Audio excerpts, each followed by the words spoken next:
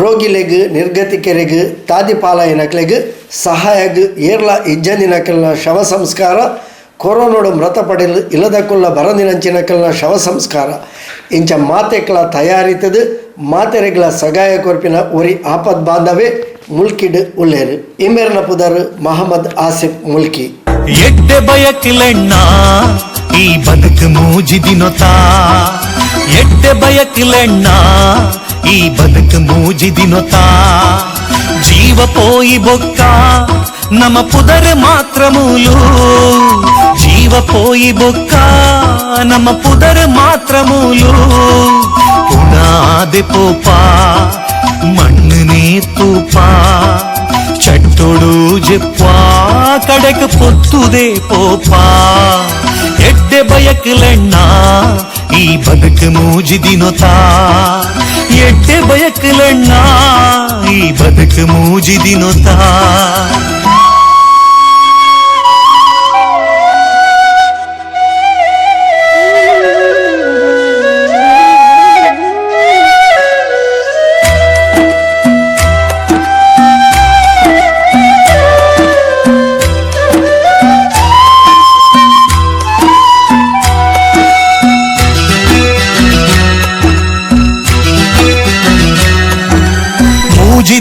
ಬದುಕು ಕಷ್ಟಡೊಪ್ಪುನಕ್ಲೆನ ಪಾಲ್ಗ್ ಆಪತ್ ಬಾಂಧವ್ಯ ಅದು ಸಗಾಯಗ್ ಒದಗಾವನ ಆಸಿಫ್ ಅಂಚ ಪಂಡದು ಬೋಡ್ತಿನಾಥ್ ಉಪ್ಪುನ ಶ್ರೀಮಂತೆದಾಲ ಅತ್ತು ಆಂಡ ನನ್ನೋರಿಯನ ಬಂಗಗ್ ಸಗಾಯ ಆವಡು ಸ್ಪಂದಿಸಾವಡು ಪನ್ಪಿನ ಹೃದಯ ಶ್ರೀಮಂತಿಕೆ ಇತ್ತಿನ ವ್ಯಕ್ತಿ ಇಂಬೇರ್ನ ಆಂಬ್ಯುಲೆನ್ಸ್ ದ ಪುದರ್ಲ ಆಪತ್ ಬಾಂಧವಿ ಕರಿ 7 ವರ್ಷಡ್ ಮುಲ್ಕಿ ಪರಿಸರಡ್ ತಾದಿ ಪಾಲಾಯನಕ್ಲೆನ ರೋಗಿಲೆನ ಇಲ್ಲಡ್ದು ಪಿದೈ ಪಾಡ್ನಕ್ಲೆನ ಪಾಲ್ಗ್ ಆಸಿಫ್ ನಿಜವಾದ್ಲ ಆಪದ್ ಬಾಂಧವೆ ಇಂಚಿತ್ತಿನಕ್ಲೇನು ಗುರುತಿಸಾದು ಆತನ ಏರ್ಲ ಕೊರೋನಾ ಮಾಹಿತಿನ ಆಧರಿಸಾದು ಅಕ್ಲೇನು ಕೈತಲ್ದ ಆಶ್ರಮಕ್ಕೆ ಸೇರವನ ಆತನ ಅಕ್ಲೆಗೆ ಬೋಡಿತಿನ ಚಿಕಿತ್ಸೆ ಕೊರಪವನ ಬೇಲೇನು ಆಸಿಫೇರು ಮಲ್ತೊಂದಿತ್ತೇರು ಅಂಡ ಅವೆಟ್ಲ ಕೆಲವರ ಸರಿಯ ಬಂದೆ ಆನಗ ತನ್ನನೇ ಒಂಜಿ ಆಶ್ರಮ ಸುಲ್ಮನ್ಪೊಡು ಪಂಡದು ಆಲೋಚನೆ ಮಲ್ತದು ಮೂಲ್ಕಿದ ಕಾರ್ನಾಡ್ದ ಕೈತಲ್ಡು ತನ್ನ ಅಮ್ಮನ ಪುದರ್ಡು ದಾನಿಲಿನ ಸಹಕಾರಡು ಬಾಡಿಗೆದ ಇಲ್ಲಡು ಆಶ್ರಮ ಒಂಜೆಲ್ಲ ಸುರುಮಲ್ತೇರು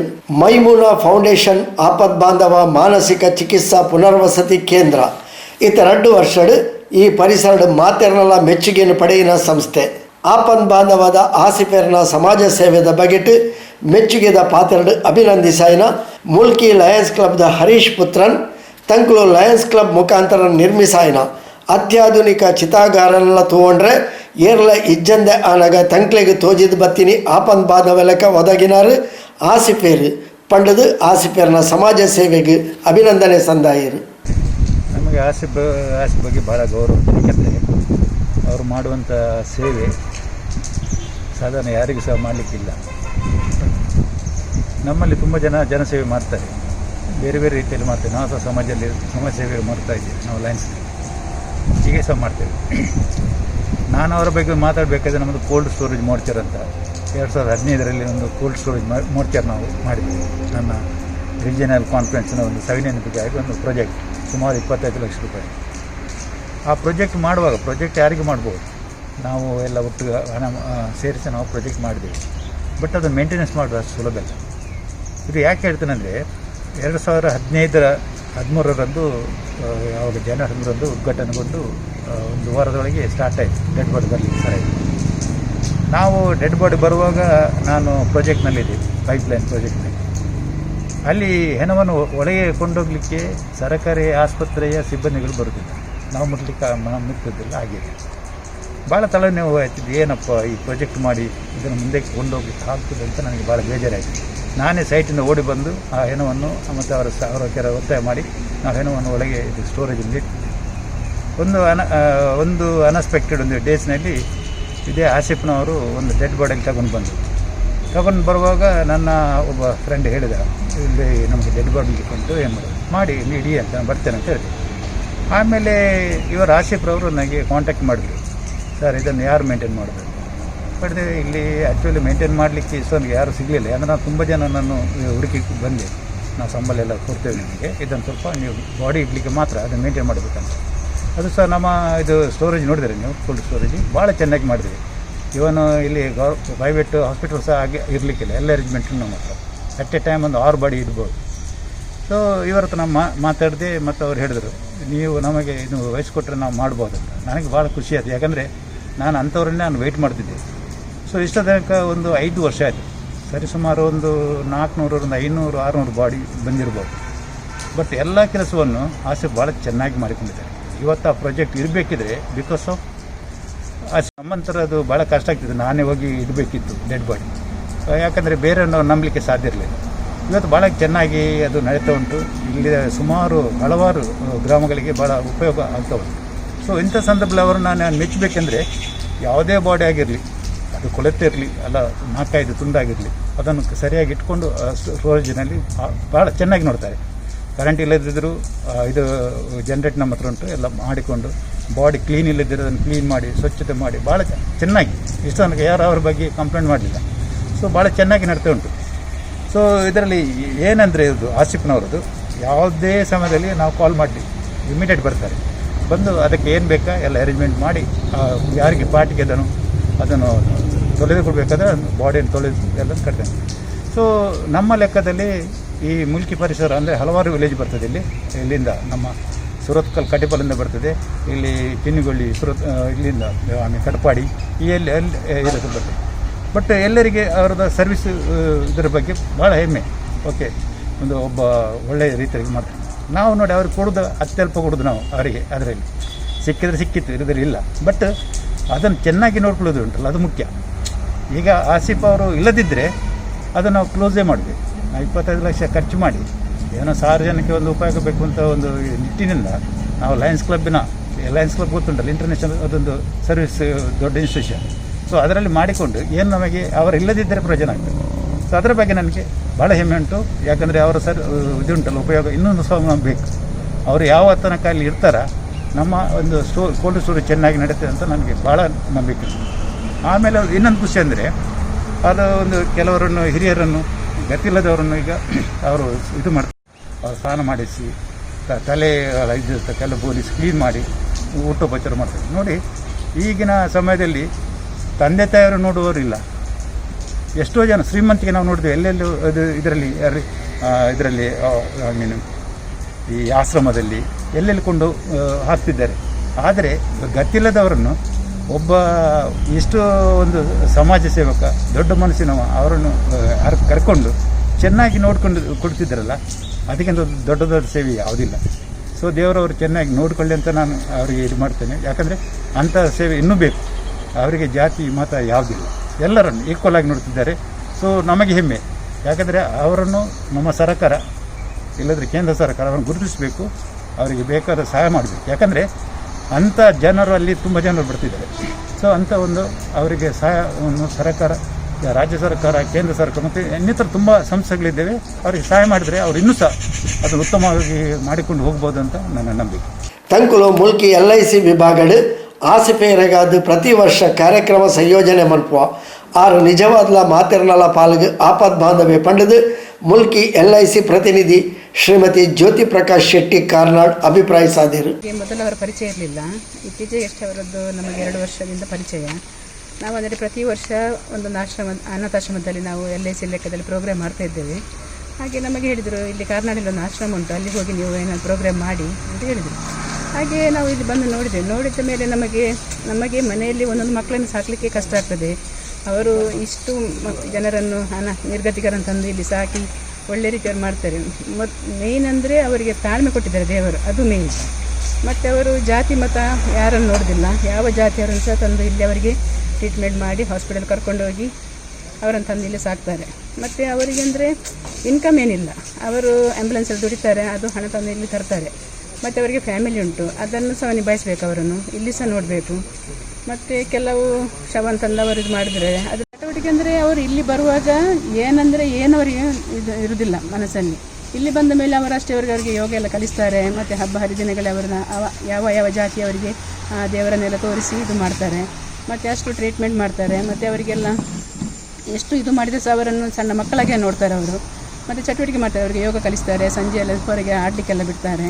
ಇಲ್ಲಿಂದ ಹೋಗುವಾಗ ಅವರು ವಾರಿಸ್ತಾರಿದ್ದಾರೆ, ಅವರನ್ನು ಗುಣ ಮಾಡಿ ಮನೆಗೆ ಕಳಿಸ್ತಾರೆ. ಇಲ್ಲದವರನ್ನೇ ಇಲ್ಲೇ ನೋಡಿ ಚೆಂದ ಮಾಡಿ ನೋಡಿ ಅವರು ಮಕ್ಕಳಾಗಿ ಸಾಕ್ತಾರೆ ಇಲ್ಲಿ. ಮಹಮ್ಮದ್ ಆಸಿಫ್ ಸಮಾಜದ ಕಣ್ಮಣಿ, ಬಡವರಿಗೆ ರೋಗಿಲೆಗೆ ನಿರ್ಗತಿಕಲೆಗೆ ಪಾಲಗೆ ಆರು ಬೊಲ್ಪು ಆಪತ್ ಬಾಂಧವ್ಯ ಪಂಡದು ಆಂಗ್ಲ ಮಾಧ್ಯಮ ಶಾಲಾ ಶಿಕ್ಷಕಿ ಸಾವಿತ್ರಿ ಪುಷ್ಪರಾಜ್ ಆಸಿಫರ್ನ ಬಗೆಟು ಮೆಚ್ಚುಗೆದ ಪಾತೆರ ಪಂತೇರು. ಶ್ರೀಯುತ ಆಸಿಫ್ರವ್ರ ಬಗ್ಗೆ ಹೇಳಬೇಕಂದ್ರೆ ಅದು ಸಾಕಾಗೋದೇ ಇಲ್ಲ, ನಮಗೆ ಬಾಯೇ ಬರೋದಿಲ್ಲ. ಯಾಕಂತ ಹೇಳಿದ್ರೆ ಯಾವುದೇ ಪ್ರಚಾರವನ್ನು ಬಯಸದೆ ಅವರು ತನ್ನ ನಿಷ್ಕಲ್ಮಶ ಸೇವೆಯನ್ನು ಮಾಡ್ತಿರುವುದಕ್ಕೆ ಸಾಕ್ಷಿ ಈ ಒಂದು ಸೈಕೋ ರಿಹ್ಯಾಬಿಲಿಟೇಷನ್ ಸೆಂಟರ್. ಯಾಕಂದರೆ ಇದು ಇಲ್ಲಿ ಪ್ರಾರಂಭ ಆದ ಒಂದು 7-8 ತಿಂಗಳವರೆಗೆ ನಾನು ಇದೇ ಊರಿನವಳಾಗಿದ್ದು ಕೂಡ ನಮಗೆ ಕೂಡ ಗೊತ್ತಿರಲಿಲ್ಲ. ನಾವು ಬೇರೆ ಒಂದು LIC ಮುಖಾಂತರ ಒಂದು ಪ್ರೋಗ್ರಾಮ್ ಮಾಡಬೇಕನ್ನು ಹೇಳುವಾಗ ನಮಗೆ ಅದ್ರ ಬಗ್ಗೆ ಗೊತ್ತಾಯಿತು. ಸೊ ಇಲ್ಲಿ ನಾನು 16 ವರ್ಷದಿಂದ ಇಲ್ಲಿ ಇದ್ದರೂ ಕೂಡ ಅವರು 10 ವರ್ಷದಿಂದ ಈ ಥರ ಎಲ್ಲ ಮಾಡ್ತಾ ಇದ್ದಾರೆ ಅಂತ ಕೇಳಿ ತಿಳ್ಪಟ್ಕೊಂಡಿದ್ದೇನೆ. ಆದರೆ ನೋಡಿ ತಿಳ್ಪಟ್ಟದ್ದು ಇತ್ತೀಚೆಗೆ 1-1.5 ವರ್ಷದ ಹಿಂದಷ್ಟೇ. ಸೊ ಅವ್ರು ಮಾಡುವಂಥ ಕೆಲಸ ಯಾವುದೇ ನಿರ್ಗತಿಕರನ್ನಾಗಲಿ ರಸ್ತೆ ಬದಿಯವರ ಯಾವುದೇ ಒಂದು ಹಣಕ್ಕಾಗಿ ಅಲ್ಲದೆ ಪ್ರಚಾರಕ್ಕಾಗಿ ಅಲ್ಲದೆ ಏನು ನೆನೆದವರ ಮನದಲ್ಲಿ ಎನ್ನುವ ಹಾಗೆ ಇಡೀ ಸರ್ವಧರ್ಮಕ್ಕೆ ಒಂದು ನೆಂಟನಾಗಿ, ಆಪತ್ತಿಗಾದವನೇ ನೆಂಟ ಅಂತ. ಈಗಿನ ಕಾಲದಲ್ಲಿ ನೆಂಟರು ಕೂಡ ಹತ್ತಿರದವರು ಕೂಡ ಈಗ ಕೊರೋನಾ ಬಂದದ್ದು ವಿಷಯ ಗೊತ್ತುಂಟು, ಹತ್ತಿರದವರಿಗೆ ಮನೆಯವರಿಗೆ ಬಂದರೂ ಕೂಡ ಅವ್ರು ನಮಗೆ ಬೇಡ ಅಂತ ಆಗ್ತಾರೆ. ಆದರೆ ಇವ್ರು ಹಾಗಲ್ಲ, ಯಾರೇ ಆಗಿರಲಿ ಯಾವುದೇ ಕ್ಷಣದಲ್ಲಿ ಅವರಿಗೆ ಒಳ್ಳೆಯ ರೀತಿಯಲ್ಲಿ ಒಂದು ಸೇವೆಯನ್ನು ಕೊಡ್ಕೊಂಡು ಬಂದಿರ್ತಾರೆ. ಸೊ ಅವರ ಹೃದಯದ ಹಿಂದಿರುವ ಆಶಯ ಏನು ಅಂತ ಹೇಳಿದರೆ ರಸ್ತೆ ಬದಿಯವರಿಗೆ ಯಾಕೆ ಹಾಕ್ತಾರೆ, ನಿರ್ಗತಿಕರನ್ನು, ಬಡವರೇ ಇರಲಿ ಏನೇ ಇರಲಿ, ಹೆತ್ತವರಿಗೆ ಅಥವಾ ಮಕ್ಕಳಿಗೆ ಆ ಹೆತ್ತವರು ಬೇಕೇ ಇಲ್ಲ, ಆದರೆ ವರ್ಷ ಆಗ್ತಾ ಇರುವ ಹಾಗೆ ಯಾಕೆ ಅವರು ಬೇಡ ಆಗ್ತಾರೆ, ಅಥವಾ ಹುಷಾರಿಲ್ಲ ಕಾಯಿಲೆಯವರಂತ ಆದ ಕೂಡಲೇ ಯಾರು ಅವ್ರ ಮನೆಯವರಿಗೆ ಬೇಡ ಆಗ್ತಾರೆ ಅಂಥವರನ್ನೆಲ್ಲ ಹೊರಗಟ್ಟಿದ್ದಾರಲ್ಲ. ಅವರ ಈ ಒಂದು ಚಾರಿಟೇಬಲ್ ಟ್ರಸ್ಟ್ನ ಮೇನ್ ಉದ್ದೇಶ ಅಂತ ಹೇಳಿದರೆ ಈ ರೀತಿಯ ಒಂದು ಸಮುದಾಯದವರೆಲ್ಲರೂ ಹೊರಗೆ ಹಾಕುವ, ಆ ಜನರನ್ನು ಹೊರಗೆ ಹಾಕುವಂಥದ್ದು ಕಡಿಮೆ ಆಗಬೇಕು, ತನ್ಮೂಲಕ ಈ ದೇಶ ಬೆಳಿಬೇಕೆನ್ನುವುದು ಅವರ ನಿಜವಾದ ಒಂದು ಆಶಯ ಆಗಿತ್ತು. ಅದು ಒಳ್ಳೆಯ ರೀತಿಯಲ್ಲಿ ಬೆಳೀಲಿ, ಈ ಒಂದು ಸೈಕೋ ರಿಹ್ಯಾಬಿಲಿಟೇಷನ್ ಸೆಂಟರ್ ಹೆಮ್ಮರವಾಗಿ ಬೆಳೀಲಿ, ಅವರಿಗೆ ಏನೆಲ್ಲ ಅಗತ್ಯತೆ ಬೇಕು ಅದನ್ನು ಎಲ್ಲ ಈ ಜನತೆ ಕೊಟ್ಟು ದೇವರು ಕೊಟ್ಟು ಅವರನ್ನು ಒಳ್ಳೆಯ ರೀತಿಯಲ್ಲಿ ಮುನ್ನಡೆಸ್ಕೊಂಡು ಹೋಗಲಿ. ಅವರ ಮುಖಾಂತರ ಇನ್ನೂ ಹೆಚ್ಚು ಹೆಚ್ಚು ಕೂಡ ನಮ್ಮ ಈ ದೇಶಕ್ಕೆ ಅವರ ಒಂದು ಸೇವೆ, ಸಮಾಜ ಸೇವೆ ಆಗಿರ್ಬೋದು ಅಥವಾ ದೇಶ ಸೇವೆ ಆಗಿರ್ಬೋದು, ಅದು ಇನ್ನೂ ಒಳ್ಳೆ ರೀತಿಯಲ್ಲಿ ಆಗಲಿ ಅಂತ ನಾನು ಬಯಸ್ತೇನೆ. ತಾನು ಬಡತನದ ಇತ್ತನಲ್ಲ ಬಡವರನ ಪಾಲ್ಗೆ ನಿರ್ಗತಿಕರನ ಪಾಲ್ಗೆ ಆಸಿಫ್ ಆಶಾಕಿರಣ ಅವೇತೋ ಅನಾಥ ಶವಲೆಗೆ ಆಸಿಫ್ ಬಕ ಅರನ ಬಳಗದಕಲು ಶವ ಸಂಸ್ಕಾರನ ನಡಪಾದೇರು ಇಂಚಗೆ ತೀರ್ಪೋಯಿನ ಚಂದ್ರಹಾಸ್ ಕುಲಾಲ್ ಪನ್ಪಿನರ್ನ ಅಂತಿಮ ಶವ ಸಂಸ್ಕಾರನ ಮಹಮ್ಮದ್ ಆಸಿಫೇರು ಕರ್ನಾಟಕ ವಿಶ್ವನಾಥ ಪೂಜಾರಿ ಆಶ್ರಮದ ಅಭಯ್ ಬೊಕ್ಕ ದಿನೇಶ್ ಮೊಕ್ಕಲಿನ ಒಟ್ಟಿಗೆ ಸೇರೊಂದು ಶವ ಸಂಸ್ಕಾರಲ ನಡಪಾಯರು. ಅರೆಗೂ ಕೊರೋನಾ ಉಪ್ಪು ಪಂಪಿನ ಹಿನ್ನೆಲೆಡು ಇಲ್ಲದ ಕುಲ್ಲ ಅರನ ಮುಟ್ಟ ಬತ್ತದಿಜ್ಜಂದಿನ ಪೊರ್ತುಡು ಈ ಶವ ಸಂಸ್ಕಾರಗೂ ಮಲ್ಲ ಮಹತ್ವ ಉಂಡು. ಇಂಚ ಅವೆತೋ ಕಡೆಕ್ಲೆಡು ಸಮಾಜ ಸೇವೆದ ಉದಾರ್ಮೇಲು ಆಸಿಫೇರ್ನ ಆದುಂಡು ಪಂಡದು ಸ್ಥಳೀಯರು ಆಸಿಫೇರ್ನ ಬಗೆಟು ಮೆಚ್ಚುಗೆದ ಪಾತೆರ ಪಂಡದು ಇಂಚಿ ತಿನಕ್ಲೇನು ಸರಕಾರ ಸಮಾಜ ಗುರುತಿಸಾವುಡು ಪಂಡದು ಅಭಿನಂದನೆದ ಪಾತೆರ ಬಂತೇರು. ಖಾಲಿ ಕೂತ್ಕೊಂಡು ನಡಲಿಕ್ಕೆಲ್ಲಾಗೋದಿಲ್ಲ. ಆಸಿಫ್ ಅವರು ಕಾಂಟ್ಯಾಕ್ಟ್ ಮಾಡಿದಾಗ ಆಸಿಫ್ ಅವರು ತಕ್ಷಣ ಬಂದು ಅವರು ಏನು ವ್ಯವಸ್ಥೆ ಉಂಟು ಅವರು ಹಾಸ್ಪಿಟಲ್ ಅಡ್ಮಿಟ್ ಮಾಡಿ ಅಲ್ಲಿಂದ ಆಶ್ರಮಕ್ಕೆ ತಗೊಂಡು ಬಂದು 2 ತಿಂಗಳು ಇಲ್ಲಿದ್ದರು. ಅದರ ನಂತರ ಹೋದರು ಇಲ್ಲಿ ಆಶ್ರಮದಲ್ಲಿ. ಅವರು ಮತ್ತು ವಿದ್ಯುಲ್ಲ ಅಂತಿಮ ಏನು ನಾವು ಅದರಲ್ಲಿ ಒಟ್ಟಿಗೆ ಮಾಡಿದ್ದೆವು.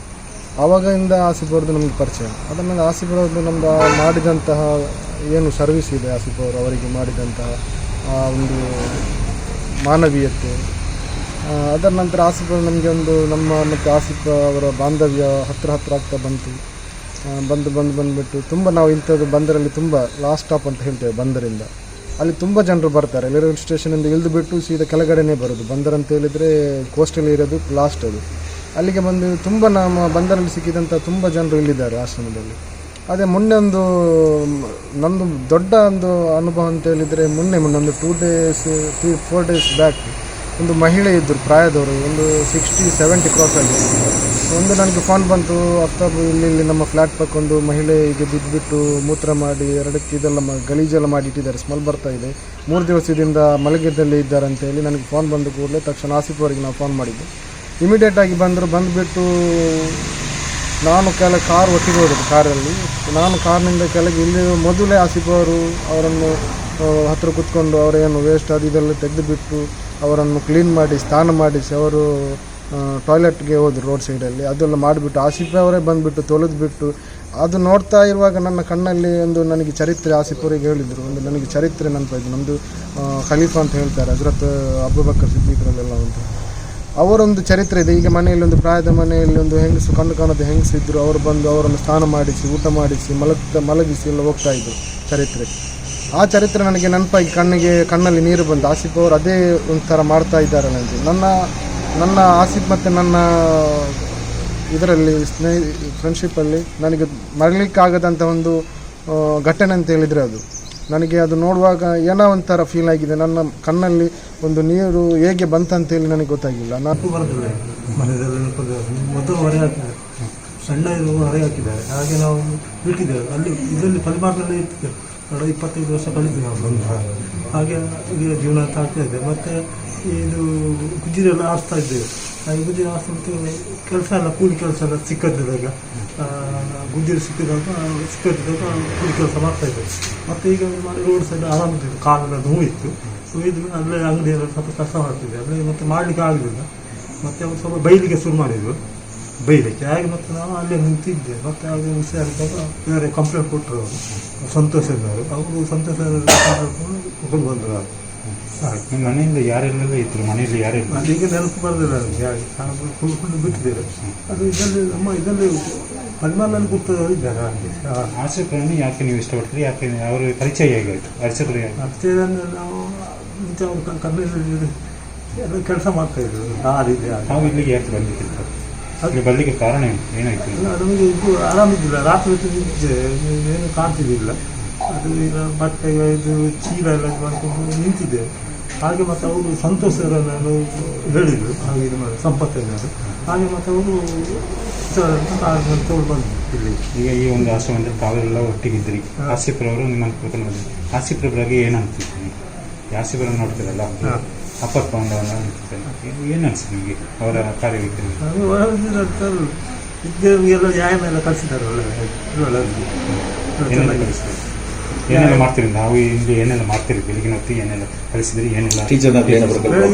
ಮೊದಲು ಸಿಸ್ಟರು ಅವರು ಇದು ವ್ಯಾಯಾಮ ಜಾಕಿ ಮತ್ತು ಇದು ಜನಗಳ ಆಡ್ತೇವೆ. ಒಂದೇ ಮಾತ್ರ ಇದೆಲ್ಲ ಆಡ್ತಿದ್ವಿ. ಎಲ್ಲ ಕೈ ಇದು ಮಾಡೋದು ಜಾಕಿಂಗ್ ಎಲ್ಲ ಮಾಡ್ತಿದ್ದೆ. ಹಾಗೆ ವ್ಯಾಯಾಮ ಹಾಗೆ ಹಾಗೆ ಹಾಗೆ ಇತ್ತು. ಹಾಗೆ ನಮಗೆ ಹೋಗ್ಲಿಕ್ಕೆ ಉಂಟು. ಹಾಗೆ ಆಯ್ತು. ಹಾಗೆ ಅದಕ್ಕೆ ಯಾಗಂತ ಹೇಳಿ ಹೋಗ್ತೇವೆ. ಹಾಗೆ ತಾನು ತನ್ನ ಕೈಟಾಯಿನಾಥ ಸಮಾಜ ಸೇವೆಯನ್ನು ಮಲ್ತೊಂದಿತ್ತೆ. ಆ ಪೊರ್ತುಡು ಆಶ್ರಮಕ್ಕೆ ಸೇರಾಯಿನಕ್ಲಿಗೆ ಕೆಲವೊಂಜಿ ಕಡೆಟ್ ಸರಿಯಾಯಿನ ಚಿಕಿತ್ಸೆಲು ಆಶ್ರಯ ತಿಕ್ಕಂದೆ ಆನಗ ತನ್ನನೇ ಆಯ್ನ ಒಂಜಿ ಸ್ವಂತ ಆಶ್ರಮ ಮಲ್ತದು ನಿರ್ಗತಿಕರಿಗೆ ರೋಗಿಲೆಗೆ ಸೇವೆ ಮಲ್ಪಡು ಪಂಡದು ಆಲೋಚನೆ ಮಲ್ತದಿತ್ತೆ. ದಾನಿಲೆನ ಸಹಕಾರ ಇತ್ತೆ ಆಶ್ರಮ ಶುರು ಆತನು ಕಾಲ ಕಾಲಗೆ ಏರಾಡಲ ಇದಕ್ಕೆ ಸಹಾಯ ಮಲ್ತೊಂದು ಉಪ್ಪೇರು. ಇಂದು ಕಾಸಿಗೆ ಬೋಡಾದ ಮನ್ಪುನ ಸೇವೆ ಆಯ್ತು. ಕೇವಲ ಆತ್ಮತೃಪ್ತಿಗೆ ಬೋಡಾದ ಮನ್ಪುನ ಸೇವೆ ಪಂಡದು ಮಹಮ್ಮದ್ ಆಸಿಫೇರು ತನ್ನ ಸಮಾಜ ಸೇವೆ ಚಟುವಟಿಕೆದ ಬಗೆಟ್ ಭಾವನಾತ್ಮಕವಾದ ತೆರಿಪಾಯಿರು.